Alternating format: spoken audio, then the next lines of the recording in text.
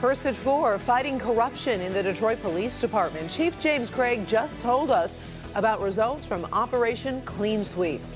The city of Detroit rolls out Halloween safety guidelines, what your family needs to know, and a warning from Mayor Duggan. Hey there, Ben. Karen, it feels a lot more like Halloween with the clouds around, and we're going to get even colder as we head towards the weekend. Look at how much longer the chill will settle in. Right now, first at 4.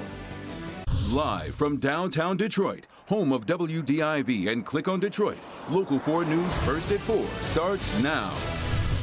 Good afternoon, everybody. I'm Karen Drew. New at 4, Detroit police say they are fighting corruption inside the department, and they just told us what they're doing about it. Operation Clean Sweep is focusing on the former narcotics unit after Officer Michael Mosley was indicted for taking bribes from drug dealers. That internal investigation has found alleged misconduct, including false search warrants, stolen money from drug searches, and overtime fraud. As a result, 1 officer has been fired, 4 have voluntarily retired, 5 have resigned, and 2 have been suspended without pay. Here's Chief James Craig. The few individuals that we have identified engaging in misconduct certainly dishonored the badge. I know many officers who have approached me and they feel the stain, but I must emphasize this does not reflect the hard-working men and women who do a phenomenal job each and every day. The investigation isn't over. Chief Craig says it could take about 2 years to complete. Meantime, the city of Detroit releasing new guidelines for a safer Halloween during the pandemic.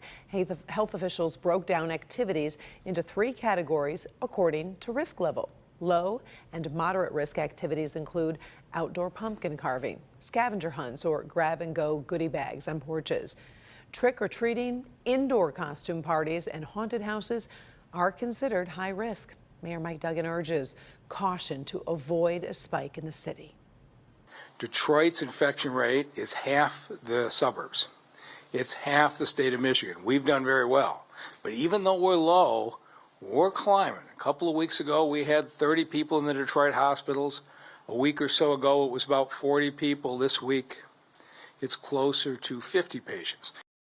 Now, there will also be candy drive-up stations at police and fire stations all across the city. Still ahead, our Dr. McGeorge on the do's and the don'ts of Halloween masks, which come from unique challenges this year. We'll have that story in just a few minutes. But now let's talk about today's coronavirus update. The state is reporting more than 1,300 new cases in the past 24 hours, and that number is still climbing. Plus, we have seen an additional 13 deaths. Michigan Congressman Bill Huizenga just announced he's tested positive. The Republican from Western Michigan made the announcement just before he was scheduled to appear with Vice President Mike Pence. The battle over gay rights in Michigan is taking a step forward. A ballot drive to prohibit LGBTQ discrimination has turned in about 483,000 signatures. If 340,000 are valid, the bill goes to the Republican-led legislature, where similar action has long stalled. Now, if lawmakers don't act in 40 days, the proposal would be on the ballot in November of 2022. Pretty nice day out there. Let's bring in Ben Bailey for what we can expect for the rest of the afternoon. Yeah, Karen, this is kind of our last stand with the mild air. In fact, that's probably the last time you're going to see a 60-degree number on the map in the afternoon, because the colder air is going to be settling in. You can already start to see it up here in the UP, all headed our way. And then by tonight, numbers will actually inch up just a little bit more. So by midnight tonight, we could be even milder there in the low 60s. We'll wake up in the mid 50s and then just go nowhere of any consequence tomorrow as temperatures remain in the mid 50s. The morning starts going into the weekend will be our coldest part of the stretch, and we'll look at that in your weekend forecast in a few minutes. Karen?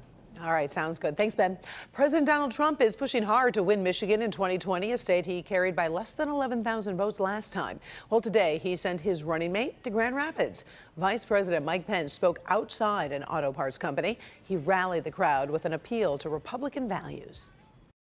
If you cherish faith and freedom and law and order and life, in a little less than 3 weeks, we need to re-elect President Donald Trump for 4 more years in the White House. In addition to the vice president's visit today, President Trump will be in Muskegon this coming Saturday. Democrat Joe Biden was in Michigan 12 days ago. His running mate's husband was in Metro Detroit this week. If Senator Kamala Harris becomes vice president, Doug Emhoff would be the first second husband in American history. He outlined some of the Biden-Harris goals. Joe and Kamala are also going to commit to bringing about a fair and just society and a commitment to the rule of law, which is so sorely lacking right now in this administration. We're also going to return America to our rightful place on the world stage, which they're just laughing at us right now. The second presidential debate was supposed to happen tomorrow night. Instead, the candidates will hold competing town halls.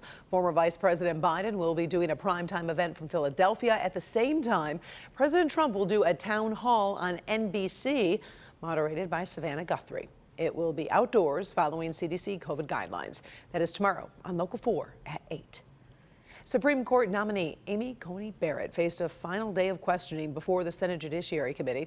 Republicans are hoping to wrap up that hearing tomorrow and get her confirmed in less than 2 weeks. Kimberly Gill in the newsroom with a breakdown of the questioning. And Kim, they covered a lot of ground today.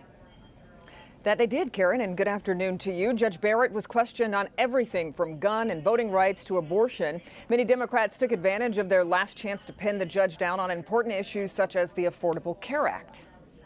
You're on record for criticizing Chief Justice Roberts' opinion that the individual mandate is constitutional. Haven't you?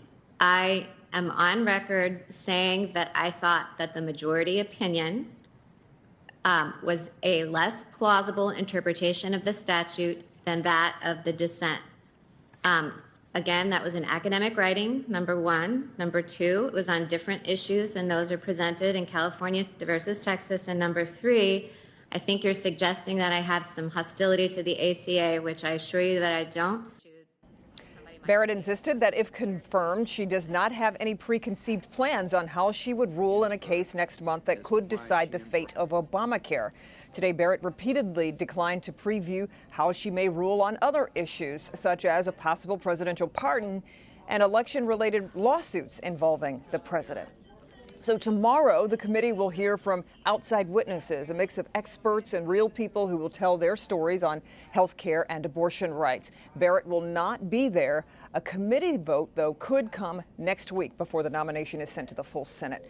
Much more from the hearing coming up on the news at 5. Until then, we'll send it back to you, Karen. All right. Thank you, Kim. Sure. Many of you may have been confused by all the legal battles over the 2020 census. Thanks to the United States Supreme Court, Michigan residents have about 24 hours to make sure they get counted. Paula Tutman joins us now to tell us the entire state is only as strong as its weakest link. Yeah, that's a really great point, Karen. So you may have heard a participation number of 99% tossed around. I can tell you, in terms of the people who've worked so hard to collect all of the people and to get these numbers straight, there is not universal agreement on that number. What they do agree on is, however, that Michigan is still poised to lose big. The back and forth on the deadline to complete the census has been doing just that, going back and forth. The U.S. Census Bureau recognized back in April they needed through October 31st. We knew due to the coronavirus pandemic that operations could not be conducted as usual. And so at the federal level, they had applied for an extension through October 31st. But with a ruling stating that the census count ends tomorrow, 2 weeks earlier than agreed, where does that leave Michigan? In short, it leaves us short, unless anywhere from 4,000 to 10,000 households, not people, but households across the state dial in before tomorrow and get counted. Currently, at Michigan's answer rate, we stand to lose at least one of our 14 congressional seats, if not more, and as much as $30 million in federal funding per year for the next 10 years. And that's money, by the way, you've already paid, Uncle Sam, with your taxes. My biggest concern is about representation. It is important that everybody is represented as part of our community. The census is the way that you do that. The census is only 9 questions. Each person counted accounts for more than $3,000 in federal funding.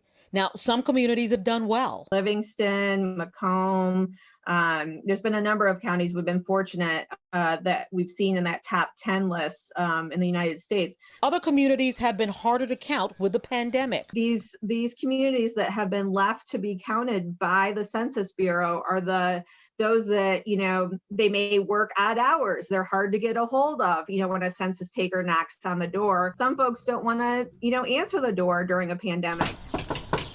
And as a state, we are measured as a state. And so communities not fully counted actually hurt the rest of the state. Because in the simplest terms, states are actually competing against other states for funding. The last thing I want is any of our federal dollars that we've already paid to DC being allocated to another state. Yeah, and you know what? Here's the catch-22. It's hard to know exactly how many people have not participated because you need the census in order to count them. Here's the thing. We're going to put a link on our social media platforms to make it easy for you. Don't even worry about mailing it in. You can do it. You can fill out the census online. Only 9 questions. If you know somebody who doesn't have internet, take your computer to them. We need absolutely everybody to participate before tomorrow night. Karen? We sure do. All right. Thank you, Paula. Many of us have gotten used to checking calories before we order lunch or dinner. Well, now one restaurant is hoping you can help with Mother Earth's health as well. We'll explain. And another sign your holiday shopping routine is going to be very different in 2020. Up first, here first at 4, Halloween safety secrets. Dr. McGeorge here to talk about masks. Hey, Doc. Karen, all masks are not created equal. I'll show you what kind offer the best protection as you decide how to celebrate Halloween with your family next.